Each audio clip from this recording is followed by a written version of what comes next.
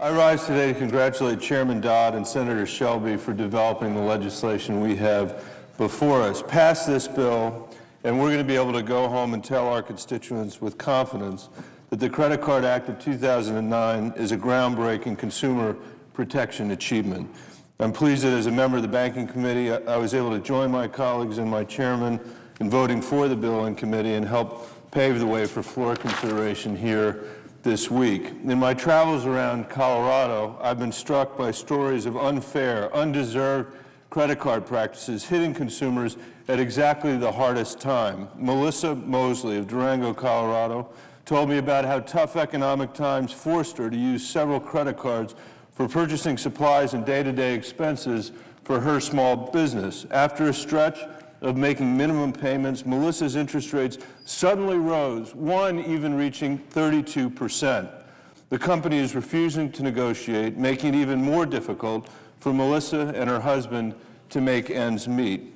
And in Cedar Edge, Joy Beeson is a small business owner who runs a small herbal products business. Last fall, Joy's interest rates tripled from 7.9% to 23% without notification of any kind.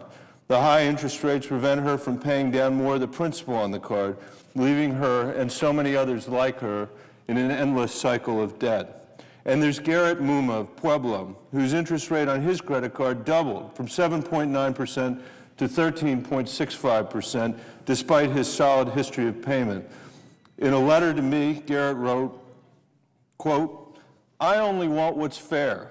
I want the credit card companies to honor their original agreements and not to gouge the American people when they're already suffering so much from the present economic crisis. These struggles paint an unacceptable picture.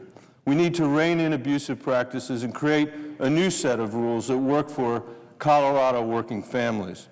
According to a Pew Safe Credit Card Project study, 87% of cards allowed the issuer to impose automatic penalty interest rate increases on all balances, even if the account is not 30 days or more past due. And 93% of cards allowed the issuer to raise any interest rate at any time by changing the account agreement.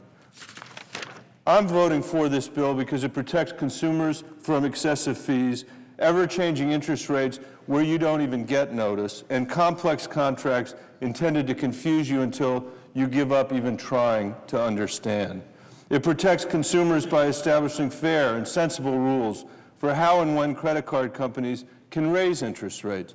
Card companies must give 45 days notice before increasing rates under the bill and can no longer do so on existing balances. Mr. President, this bill cracks down on abusive fees. Consumers no longer will have to pay a fee just to pay a bill.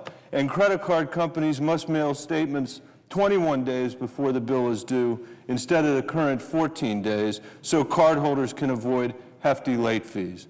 It also stops credit card companies from raising rates on a consumer's existing balance because of a payment issue with a separate, unrelated credit card.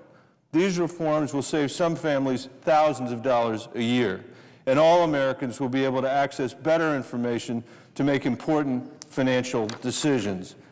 I also want to take one moment in particular to highlight the importance of a new provision in the bill that connects the dots for some of our younger borrowers. The bill provides for consumer literacy education classes so that when a young person does not have a parental cosigner and cannot show ability to repay, they can at the very least, approach the credit card system with some understanding of the potential risks and dangers they face.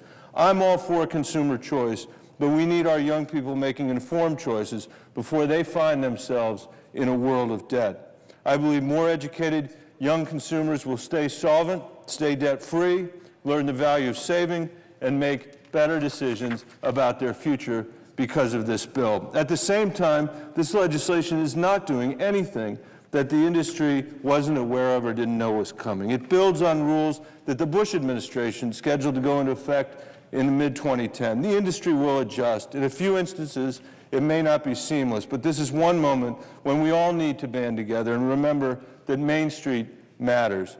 People in Colorado are struggling, as they are across the country. They cannot afford a sudden hike in their interest rates that they weren't informed of and couldn't do anything to avoid. no longer. And I stand proudly with Senator Udall, my senior senator, who has worked to protect consumers from credit card company excesses for years, in urging the full Senate to stand together, break through the partisan divide, and come together and pass the Dodd-Shelby legislation. And since he's here, I'd like to congratulate the chairman of the Banking Committee for his incredible work on this bill. It's a great honor to serve with you. Thank you, Mr. President. I yield the floor.